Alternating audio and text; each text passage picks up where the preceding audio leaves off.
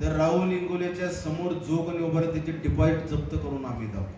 हीच वस्तू की आमच्या इंगोले परिवाराचं नवीन पर्व मी तुमच्या व्यापारी संप्रदाय मधला ज्यांना लोकांना औषध देतो म्हणून गव्हर्नमेंटचे औषध देऊन त्यात प्रचंड प्रमाणात संपत्ती मिळवलेला कॅन्डिडेट उभा.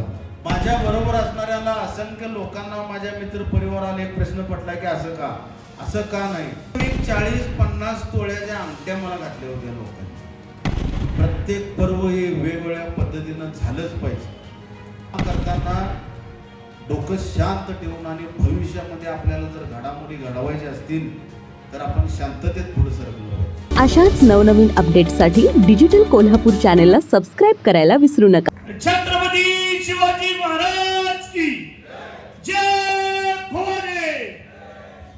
अरे कोण आला रे कोण आला. अरे कोण आला रे कोण आला. महाराष्ट्राचं आराध्य दैवत छत्रपती शिवराय, हिंदू हृदय सम्राट स्वर्गीय बाळासाहेबजी ठाकरे यांना मनापासून वंदन. उपस्थित सर्वांनाच जय श्रीराम, जय शिवराय, जय भीम. आज इंगोली परिवाराच्या माध्यमातून इंगोलीचं एक नवं पर्व सुरू झालं.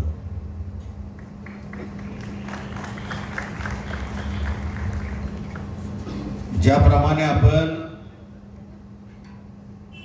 वास्तुशास्त्राच्या नियमानुसार एखादा वास्तुशास्त्र सांगतो की आपल्या घरामध्ये 7 घोडे जे पळतानाचं जे एक चित्र असतं ते चित्र लावा, आपल्या घराला कायम यश मिळेल. पण आज या व्यासपीठावर मी आपल्या सर्वांच्या साक्षीने सांगू इच्छितो की माझ्या आयुष्यात मी कधी माझ्या घरामध्ये 7 घोडे कधीच लावले नाही. माझ्या आयुष्यात जनता हीच माझी 7 घोडे मी समजतो. ही वस्तुस्थिती. जनमत असेल तर घोड्यांची गरज नाही, जनमत असेल तर सारथीची गरज नाही. जनमत चांगला असेल, जर आपल्याला या पृथ्वीवर चांगल्या पद्धतीचं वागणूक किंवा चांगल्या पद्धतीनं कसं जगावे हे जर समजत असेल तर आपल्याला सारथीची आणि आपल्याला घोड्यांची कधीच गरज लागत नाही. आपणच आपले घोडे असतो आणि आपणच आपले सारथी असतो. सन्माननीय मोदी साहेबांनी, शहरप्रमुख साहेबांनी, मी आता त्यांना विचारलं आवडतं काय घेतलं, लवकर आटपलं. तर बिचाऱ्यांना त्यांना महाविकास आघाडीच्या माध्यमातून तिकीट मिळालं नाही. ज्या मोदी साहेबांनी गेली कित्येक वर्ष शिवसेनेची खिंड लढवली, आज देखील सर्व सन्मान्य व्यक्तींना तिकीट मिळावं यासाठी ते झगडत होते. पण त्या बिचाऱ्याचं तिकीट कापलं गेलं. चेहरा त्यांचा पटलेला नाही, कारण ते देखील एक लढवय नेतृत्व आहे. शिवसेनेची धार कशी लावायची हे त्यांना चांगलं समजते.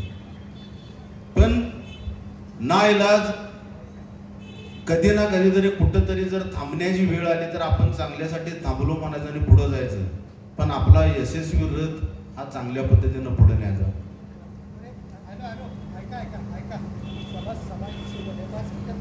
सन्माननीय बाळासाहेबजी ठाकरे यांचे एक वाक्य असायचं नेहमी, self confidence is your God of your life. स्वतःचा आत्मविश्वास हाच तुझा परमेश्वर. आणि हेच वाक्य घेऊन आज आम्ही इंगोली परिवाराचं एक नवं पर्व सुरू करत आहोत. आमच्या समोर महायुतीच्या माध्यमातून बलाढ्य धनशक्ती आहे. वेगवेगळ्या माध्यमातून मिळवलेले वेगवेगळ्या अमाप संपत्ती, टक्केवारीच्या माध्यमातून मिळवलेली अमाप संपत्ती, आणि अशा लोकांच्या बरोबर आम्ही फाईट करताना एकच लक्षात आलं की आपण स्वाभिमानानं जर लढू तर स्वाभिमानाचा विजय हा नक्कीच असतो. सर्वात माझी एक महत्वाची माझं स्वतःचं आत्मचिंतन सांगतो. राजकीय पार्ट थोडासा बाजूला ठेवू. गेली 25 वर्ष राजकारणामध्ये काम करताना, राजकारणामध्ये वावरताना, राजकारणामध्ये स्वतःचं नाव लौकिक करताना बऱ्याचशा जाडी अडचणीला तोंड देत देत देत देत मी इथपर्यंत पोहोचलो. नमलो नाही मी कधी, पण याचा अर्थ शब्दसह नमलो नाही असं नाही. ज्या ज्या वेळी ज्या ज्या घटना घडतील त्या त्यावेळी प्रत्येक वेळी मी अडीअडचणीवर मात करत आलो.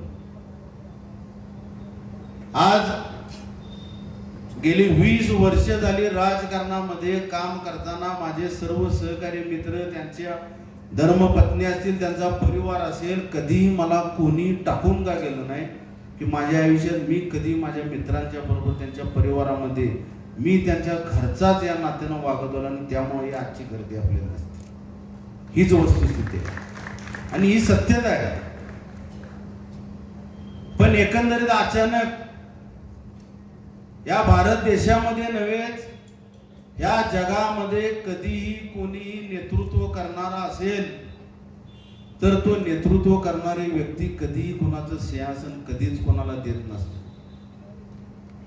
पण असा एक ह्या कोल्हापूर जिल्ह्यामध्ये आणि शहरामध्ये असा एक जिंदादिल तरुण तुमच्या समोर उभा आहे की जो स्वतःची गादी दुसऱ्याला द्यायला तयार झाला आणि तेही निष्कलंकपणे. मला खात्री आहे गादी देणं स्वतःचं अस्तित्व याच्यावर मी मात करत करत वेगवेगळ्या बलाढ्य लोकांची फाईट करत करत इथपर्यंत आलो. पण आज असा एक वेळ आपल्यावर देखील येत असतो, या पृथ्वीवर कुणी अमर नसतो, कुणी अजरामर नसतो. पण आपण आपल्या राजकारणामध्ये काम करताना डोकं शांत ठेवून आणि भविष्यामध्ये आपल्याला जर घडामोडी घडवायच्या असतील तर आपण शांततेत पुढे सरकलं पाहिजे.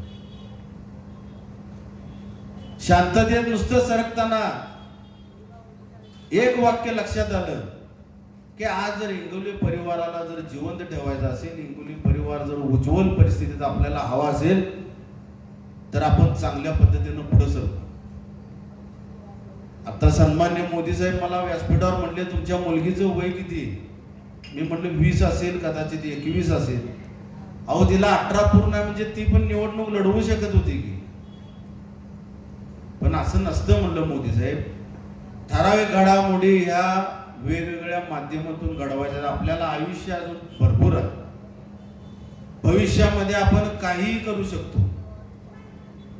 पण असो, हा विषय सांगण्याचा भावार्थ काय, माझ्या बरोबर असणाऱ्याला असंख्य लोकांना, माझ्या मित्र परिवाराला एक प्रश्न पडला की असं का नाही.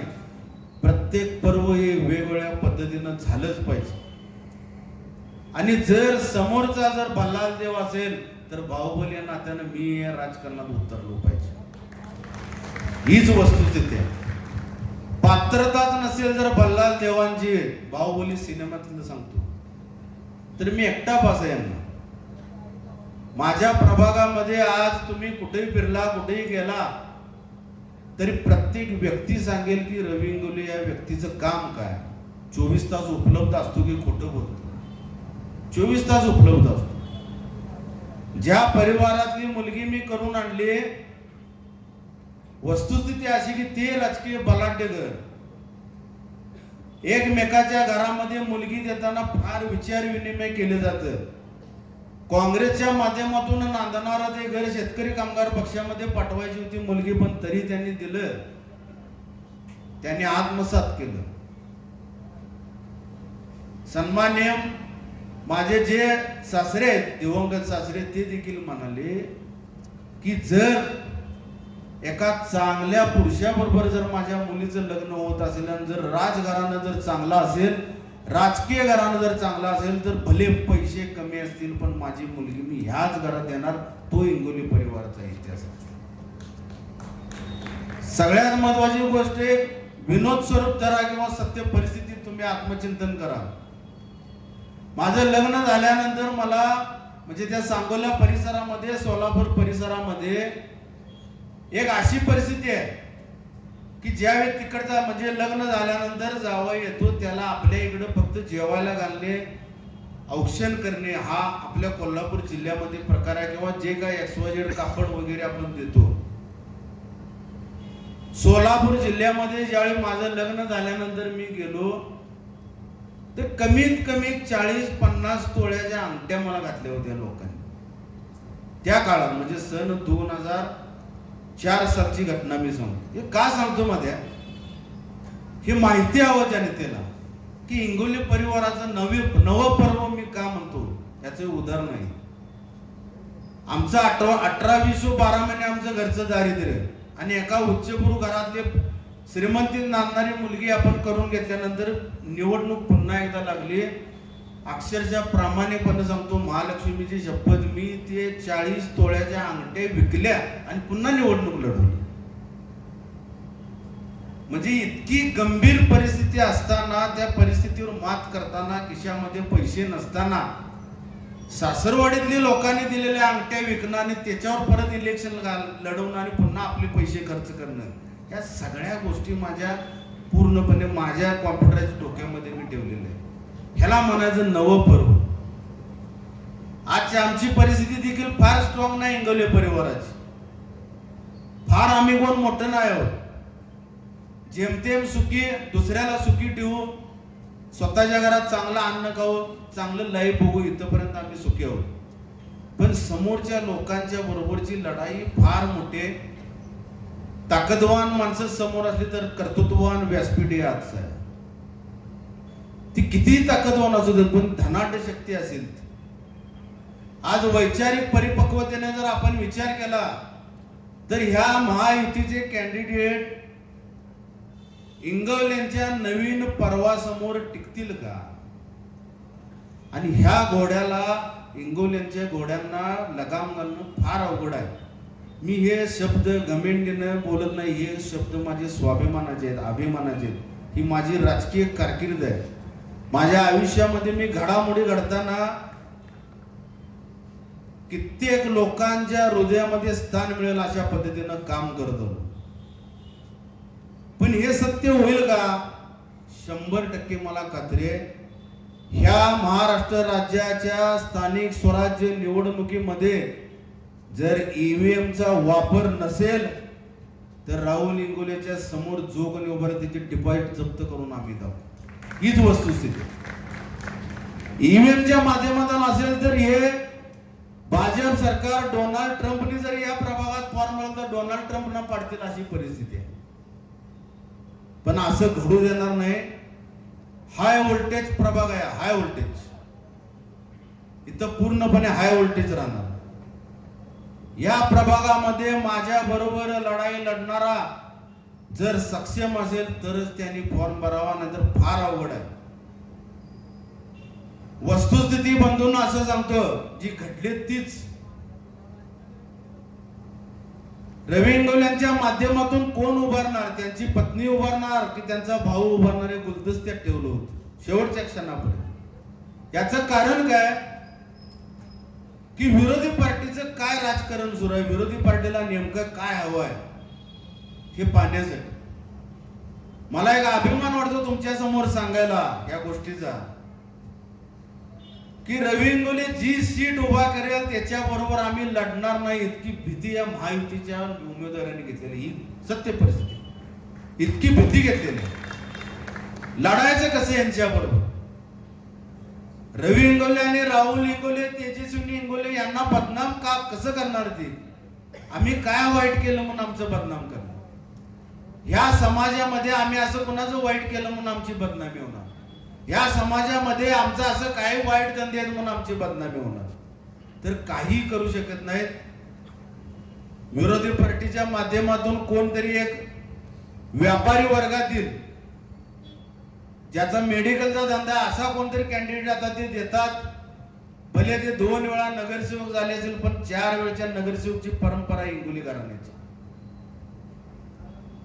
पण त्यांच्या डोक्यात आलं पाहिजे, त्यांना एक लक्षात आलं पाहिजे की हा व्यापार तुम्ही किती वर्ष केला मेडिकलच्या भूमिकेतून.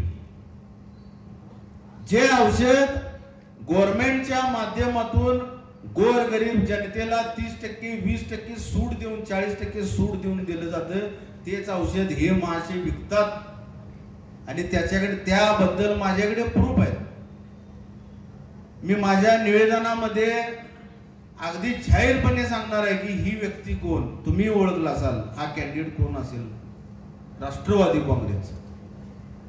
आयुष्यात केलं काय व्यापार, आयुष्यात काम काय केलं काय व्यापार, आयुष्यात तुम्ही जनतेची सेवा केली काय नाही, तिथंही व्यापार. येणाऱ्या व्यक्तीला, मेडिकल मध्ये आलेल्या प्रत्येक व्यक्तीला हा कॅन्डिडेट सांगतो, किती रुपये बिल झालं यांचं, 500. अरे 420 रुपये घे, 80 रुपये कमी कर. ऍक्च्युली ते औषध हे मुळात भारतीय गव्हर्नमेंटने सुरू केलेले गोरगरिबांच्या उपचारासाठी जे औषध असतं, तिथं हेच औषध 200 रुपयाला फक्त मिळतं आणि हे त्यात आणि 220 रुपये मिळवतात. ही वस्तुस्थिती आमच्या समोर येणाऱ्या कॅन्डिडेटची, हीच वस्तुस्थिती. त्यांचे दुसरे कॅन्डिडेट जे भाजपच्या वॉशिंग मशीन मध्ये गेले, उद्योगधंदा काय, जुगार अड्डा, उद्योगधंदा काय, क्लब, उद्योगधंदा काय, 3 पान. आयुष्यात तुम्ही काम काय केलं, समाजसेवा काय केली, ह्या परिवारानं समाजसेवा काय केली, तर ह्या परिवारानं कुणाची समाजसेवा केली नाही. डायरेक्ट उठले, आता आपल्याला जर शुद्ध व्हायचं असेल तर भाजपच्या वॉशिंग मशीन पावडर शिवाय आपल्याला कोणी घेणार नाही. थेट उडी त्याने भाजपमध्ये घेतली आणि तिथं ते आता शुद्ध झाले, पूर्णपणे शुद्ध. म्हणजे चोराचा आता शिपाई झाला. त्यांच्या घरची कॅन्डिडेट जे कोण आधी, मी उघडपणे बोलतो, म्हणजे ही वस्तुस्थिती ह्या प्रभागाची. क्षीरसागरांच्या माध्यमातून तर कर झाला, अक्षरशः घराघरात भांडण लावणे हा यांचा मूळ उद्योग क्षीरसागरांचा. टक्केवारीच्या भानगडीतून प्रचंड संपत्ती मिळवली. जे हे क्षीरसागर एका फटाक्याचा स्टॉल टाकून बसायचे, एक फटाक्याचा साधा स्टॉल होता. त्या काळापासून आता जर त्यांची संपत्ती मोजली तर हे फक्त स्वतःच्या घरचा विकास करण्यासाठी आणि अमाप संपत्ती मिळवण्यासाठी राजकारण करतात. त्यांना दुसरा कोणताही उद्योग नाही. आणि त्यांचे कॅन्डिडेट सेम, त्यांचा उद्योग काय, खून हाना मार्या. आज ह्याला मारलं, परवा त्याला मारलं, त्याची गाडी काढून घेतली. दुसरा कुठलाही उद्योग यांच्या या परिवाराला नाही. एक आणि एकच उद्योग. अजून ह्या विषयावर वेगवेगळ्या माध्यमातून, माझ्या माध्यमातून निवेदन सादर होतील की ह्यांचे कॅन्डिडेट कसे. आमच्या आज महाविकास आघाडीच्या विरोधामध्ये जे जे कॅन्डिडेट आहेत ते कॅन्डिडेटची वस्तुस्थिती मी आपल्या समोर मांडतो. आणखीन 1-2 आहेत, त्यांनी तर अक्षरशः शिवाजी पेठेची अस्मिता, शिवाजी पेठेचं हृदय, शिवाजी पेठेचा जो स्वाभिमान होता, ते स्वाभिमानाच्या वास्तूचं नाव बलबीन कोऑपरेटिव्ह बँक, अक्षरशः बँक लुटून काढली आहे दोघांनी. आणि ह्या दोघांचा नंबर त्यामध्ये लागतो. भविष्यामध्ये मी त्यांचं नाव व्यासपीठावरच घेणार. काय केले यांनी, आपणा बँकेला बँक विकून टाकली आणि ती बँक विकल्यानंतर त्यांचं एकच, त्यातून मिळालेली सर्व संपत्ती डायरेक्टर बॉडीनं वाटून घेतली. यांचं काम ह्या लोकांच्यावर अगदी खंडोबा तालीम पासून ते फिरकाई तालीम पर्यंत, फिरकाईपासून या सर्व तालीम संस्था, अगदी त्यामध्ये औचित्यपीर असेल, सरदार तालीम असेल, खंडोबा तालीम असेल, वेतामळ असेल, ह्या सर्व परिसरामध्ये ही 2 कॅन्डिडेट प्रसिद्ध आहेत की ज्यांनी प्रचंड प्रमाणात संपत्ती घेतली बँकेच्या माध्यमातून आणि ती खाल्ली. म्हणजे माझा एक आपणास प्रश्न आहे, कोणतरी समोरच्याचा धनुष्यबाण मधून एक कोणतरी मुलगा उभारणार, आणखीन एक खून मारामाऱ्या केलेला एक कॅन्डिडेट धनुष्यबाण मधून उभारणार. एक व्यापारी संप्रदाय मधला ज्यांना लोकांना औषध देतो म्हणून गव्हर्नमेंटच्या औषध देऊन त्यात प्रचंड प्रमाणात संपत्ती मिळवलेला कॅन्डिडेट उभारला. आणि पुन्हा एक भाजपच्या वॉशिंग मशीन मधला एक कॅन्डिडेट उभा करणार. मग मला एक सांगा, इंगोलीचं नवं पर्व काय वाईट आहे स्टेजवर बसलेलं? आम्ही काय वाईट केलं कोणाला? काय कुठं खून मारामाऱ्या केल्या, व्यापार केला, कुणाला बदनाम केला? काहीही न केलेला कॅन्डिडेट आज आपण इथं मी देत आहोत. जेणेकरून ज्याची पाठी राजकीय पाठी सामाजिक पाठी पूर्णपणे कोरी आणि स्वच्छ असा कॅन्डिडेट आपल्या पुढे आपण मी सादर करत आहे. माझ्या घरामध्ये देखील 2-3 वेळा माझ्या मिसेसचं माझ्या मुलगीची चर्चा व्हायची की नेमकं आता काय करणार, कसं करणार, काय होईल. म्हटलं माझ्या पद्धतीनं मी कॅन्डिडेट घेतलेला आहे. जो कॅन्डिडेट आपल्या इंगोली परिवारामधला असेल त्याच्या पाठीशी आपण ठामपणे राहायचं आणि ते विजयी होईपर्यंत. मला खात्री आहे ज्या आत्मपरीक्षेने, ज्या ताकदीने, ज्या जिद्दीने आणि ज्या तळमळीने मी गोष्ट हे आपल्याला सांगत आहे की आम्ही असं का केलं. इंगवलेंचं नवं पर्व तुमच्या हातामध्ये मी सोडत आहे. हे कसं जिवंत ठेवायचं. आम्ही जर चुकलो असेल तर आम्हाला माफ करा, पण चुकलो नसेल तर आमचं नवं पर्व तुम्ही जिवंत ठेवायला. आज ह्या कोल्हापूर शहरामध्ये कुठेही जा, माझ्या प्रभागामध्ये कुठेही जा, तेजस्विनी इंगोले नगरसेविका ह्या कशा आहेत तर चांगल्या आहेत. कशा वागतात, घमेंडे आहेत का मनमिळावू आहेत तर मनमिळावू आहेत. त्यांचं काम कसं आहे, त्या फार जरी राजकारणामध्ये दिसत नसल्या तर त्यांच्या नवऱ्याच्या माध्यमातून अतिशय चांगलं काम सुरू आहे. पण सगळ्यात मोठं या प्रभागाच्या नगरसेविकेचं काम काय असतं तर जनतेसमोर येणं. पण जनतेसमोर न येता देखील जनतेचं मन जिंकलेली नगरसेविका म्हणजे तेजस्विनी इंगोले. आणि हीच सत्य परिस्थिती आणि हे मान्य केलं पाहिजे. एकदा मला आश्चर्य वाटतं, आम्ही कुठेतरी खरेदीला गेलो किंवा मी 20-25 हजार माझ्या बायकोला खरेदीला दिलं, हे ठेव आणि तुमचा आटपून घ्या. समजा 32,000-35,000 बिल झालं तर ह्यांना उधाऱ्यात येतात माणसं. मी आश्चर्य करतो यांना उधार कसं काय कोण देते. आमचं आडनाव, आमचं हे व्यासपीठ वगैरे सगळं पहिल्यांदा मला गाडीवर कोण लोन देत नाही. ही फाईल परत आणू नका म्हणून सांगतात. ही माझी वस्तुस्थिती. म्हणजे सांगण्याचं तात्पर्य काय, समोरच्या बरोबर जर प्रामाणिक आपण असू तर समोरचा माणूस देखील रिस्पेक्ट देतो. तेच माझ्या पत्नीनं दाखवून दिलंय. हेच दाखवून दिलं. प्रेम भावना कशा असाव्या, कशा पद्धतीनं आपलं जीवन व्यतीत केलं पाहिजे हे माझ्या बायकोकडून शिकावं. सत्यता आहे, मी उदं करते असं नाही, सत्यता आहे. ही जीवनाची खरी सत्यता. आयुष्यात प्रचंड प्रमाणात त्याग केला. आमच्या घरामध्ये काय नसताना त्यानं घरामध्ये आले. पण इतकं सगळं ऐश्वर्य असताना एका सर्वसामान्य परिवारातील कुटुंबातील मुलग्याबरोबर नांदणं, ते तिनं नांदणं दाखवलं आणि जगासमोर एक नवीन इतिहास घडवून दाखवला की एक गर्भ श्रीमंत असणाऱ्या घरातली मुलगी देखील सर्वसामान्य परिवारात राहून चांगल्या पद्धतीनं नांदू शकते व राज्य करू शकते. हे आमचा इंगोली परिवाराचा मी थोडक्यात इतिहास सांगितला. माझ्या वडिलांच्या बाबतीत सारखं सांगणं काय गरजच नाही. आज या कोल्हापूर शहरामध्ये असा एक व्यक्ती नाही, आजच्या युगामध्ये देखील, या नवीन पिढीमध्ये देखील, की ज्यांना इंगोले सर हे नाव ज्ञात नाही, जो इंगोले सरांना ओळखत नाही, अशी एक व्यक्ती नाही. सहज जरी मी निक्कम पार्क अमुक तमुक या भागामध्ये फिरावयास गेल्यानंतर तिथली लोक मला बघून माझ्या जवळ आली की तुम्ही इंगोले सरांचा मुलगा काय. म्हणलो होय. आम्हाला सांगायची काही गरज नाही, एक मत या 4 मधलं आमचं तुम्हाला.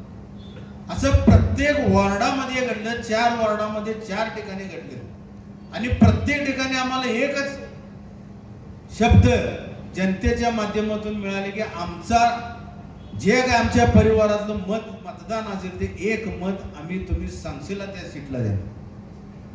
मी आज विनंती करतो व्यासपीठावर, अगदी कळकळीची हात जोडून विनंती करतो की आमच्या इंगोले परिवाराचं नवीन पर्व मी तुमच्या स्वाधीन करत आहोत. त्याच्याकडून काही चुकलं तर भविष्यामध्ये मी तुमच्या समोर असेल. केव्हाही किती वाजताही फोन करा, तुमचा फोन मी उचलणार. तुम्ही राहुल इंगोलेची कधी वाट पण पाहू नका. तुमचं कोणतंही काम असेल तर तेजस्विनी इंगोले, रवी इंगोले तुमच्या दारामध्ये 100% हजर असणार. आज मी व्यासपीठावर तुम्हाला 100% ग्वाही देतो. भविष्याचं राजकारण कसे असो, एका प्रामाणिक स्वाभिमानी घराच्या आपण पाठीशी राहावं ज्या घराचं कर्तृत्व आहे, ज्या घरामध्ये इंगोले सरांनी प्रामाणिकपणा पेरला, ज्या घरामध्ये इंगोले सरांनी राजकारण न करता समाजकारण कसं असावं ते पेरलं, ज्या इंगोले सरांनी आम्हाला त्यांच्या स्वतःच्या भावांना आणि भावांच्या मुलांना देखील या कोल्हापूर शहरामध्ये आपण चांगल्या पद्धतीनं कसं वागू, कसं आत्मचिंतन करावं हे शिकवलं. इंगोले सरांच्या विरोधात जे जे निवडून आले त्यांना लोक विसरून गेलेत. आज त्यांची परिस्थिती अशी आहे की ते ऍक्टिव्हावरून फिरतात, पण इंगोले सरांचा मुलगा 2 गाडी घेऊन फिरतो, तेही स्वकर्तृत्वावर लुबाडून नव्हे, स्वकर्तृत्व. भले 4 पैसे कमी असू देत, गाडी आमची आहे म्हणजे आमची. सांगण्याचा मागचं एकच तात्पर्य आहे, ह्या परिवारामध्ये असा कोण अन्यायकारक, इंगोले सरांच्या परिवारामध्ये अन्यायकारक कोणी होऊन गेला नाही, होणारही नाही. आणि इथून पुढच्या कालावधीमध्ये जर अशक्य घटना आहेत, जे हे आज जमलेलं पब्लिक आहे, जी जनता आहे, जे आपल्या माता भगिनी इथं उपस्थित आहेत, माझे मित्र इथं उपस्थित आहेत, शिवसेनेचे कार्यकर्ते इथं उपस्थित आहेत, शिवसैनिक उपस्थित आहेत, त्यांना एक माहिती आहे की रवी इंगोले फार संघर्षातनं आला. ज्यावेळी मला जिल्हा प्रमुख पद मिळणार होतं, माझ्या पदाच्या आडवा अखंड शिवसेना होती. अखंड शिवसेनेने सन्मान्य पक्षप्रमुख उद्धव साहेबांना कळवलं की हे पद थांबवा. उद्धव साहेबांच्या मातोश्रीमध्ये, सेना भवनामध्ये शेकडो पत्र माझ्या विरोधात गेले. ज्या पद्धतीनं आपल्या प्रभागामध्ये माझ्या विरोधामध्ये नेहमी पत्र टाकतात, जी गलिच्छ स्वभावाची लोक असतात, जे गलिच्छ कॅन्डिडेट आहेत, ते माझ्या विरोधात नेहमी कथा छापतात. ज्या घटनेशी माझा कसलाही संबंध नाही ते त्या निवेदनात आणतात. जी घटना मी केलेली नाही त्या घटना देखील त्या निवेदनात आणतात. आज माझ्या गाडीवरचा ड्रायव्हर इथून माझ्या पत्नीला सोडून गेल्यानंतर तो काय करतो याच्याशी माझं काही देणं घेणं नसतं, पण त्या ड्रायव्हरची चुकी देखील त्या निवेदनात आणतात. माझ्या मित्राने केलेली चुकी ती माझ्या माथ्यावर फोडतात. म्हणजे इतकं गलिच्छ राजकारण करून देखील जनतेनं मला सावरलं, जनतेनं मला निवडून दिलं. आणि हीच प्रतिक्रिया, हेच शब्द सन्मान्य उद्धव साहेबांनी तिथं घडले. अक्षरशः इतके लेटर्स होते, पत्रांचा ढीग होता. स्पीड पोस्ट आंतरदेशीय कार्ड मिळेल ते कोल्हापूर जिल्ह्यातून मातोश्रीवर आणि सेना भवनावर पोच झालं की रवी किरण विष्णुपंत इंगवले ह्या व्यक्तीला जिल्हा प्रमुख करू नका, असा ढीग आला. अँटी चेंबर मध्ये माझे विरोधक देखील समोर होते, शिवसेनेचे पदाधिकारी समोर होते, सन्मान्य उद्धव साहेब समोर होते, राऊत साहेब होते. सगळ्यांच्या पुढ्यात असा चर्चा सुरू झाली की आता या पदाचं काय करायचं. मलाही विचारणं झालं की काय करूया. म्हटलं साहेब तुमचा निर्णय अंतिम निर्णय. तर उद्धव साहेबांनी सन्मान्य राऊत साहेबांना प्रश्न विचारला काय करायचं राऊत साहेब. तर राऊत साहेब म्हटले उद्धव साहेब इंगोल्यांच्या विरोधात फार लेटर वेगवेगळ्या पद्धतीनं आलेले आहेत आणि त्यात बरंच काय काय लिहिलेलं आहे, काय करूया. एक क्षणात महालक्ष्मीची शपथ घेऊन जाऊ दे, एक क्षणामध्ये उद्धव साहेब म्हणले ज्याच्या विरोधात ज्यादा पत्र आलेले आहेत त्याला जिल्हा प्रमुख करा, अन्यथा सगळ्यांना बाहेर काढा. ती सर्व पत्र सन्मान्य पक्षप्रमुख साहेबांनी वाचली होती. त्यांच्या एक लक्षात आलं, जर कोल्हापूर शहरामध्ये शिवसेना जिवंत ठेवायची असेल तर ह्याच व्यक्तीला आपण पुढे केलं पाहिजे. हाच व्यक्ती एका प्रामाणिक परिवारातील, प्रामाणिक कुटुंबातील आणि प्रामाणिक बापाचंच पोरगा आहे, त्यामुळं माझी निवड करण्यात आली. याला इंगोली पर्व म्हणतात. भले वेळ लागेल, देर आहे दुरुस्त आहे आपण म्हणूया. जे हिंदीमध्ये एक म्हण आहे, फानूस बनके जिसकी हिफाजत हवा करे, फानूस बनके जिसकी हिफाजत हवा करे, ये रवी किरण क्या बुझे इसे रोशन खुदा करे. ही म्हण मला त्या दिवशी सेना भवनामध्ये आठवली की आपण ह्या पात्रतेचा आहोत. मी फार वेळ आपला घेत नाही. मी अगदी प्रामाणिकपणे, अगदी तळमळीनं हात जोडून ज्या रवी इंगोलेने, ज्या त्याच्या बायकोने आजपर्यंत ह्या 2008 सालापर्यंत आताच्या क्षणापर्यंत भोग भोगले, ज्या भोगातून आम्ही पुन्हा एका राखेतून फिनिश पक्षासारखं पुन्हा आम्ही उंच भरारी घेतली ती आम्ही नवरा बायको आहोत. आणि अशा एका परिवारातील आम्ही कॅन्डिडेट तुम्हाला सोपवत आहोत याची खातरजमा आपण करावी. कॅन्डिडेटचं काही चुकलं असेल तर माझ्याकडे बघून क्षमा करावी. इथून पुढच्या कालावधीमध्ये ह्या इंगोले परिवाराचं नवीन पर्व आपण आत्मसात करून माझ्या या भावात चांगल्या मतानं निवडून द्यावं एवढी कळकळीची विनंती करतो आणि थांबतो. जय हिंद, जय महाराष्ट्र. खरोखरच अशाच नवनवीन अपडेट्ससाठी डिजिटल कोल्हापूर चॅनेलला सबस्क्राईब करायला विसरू नका.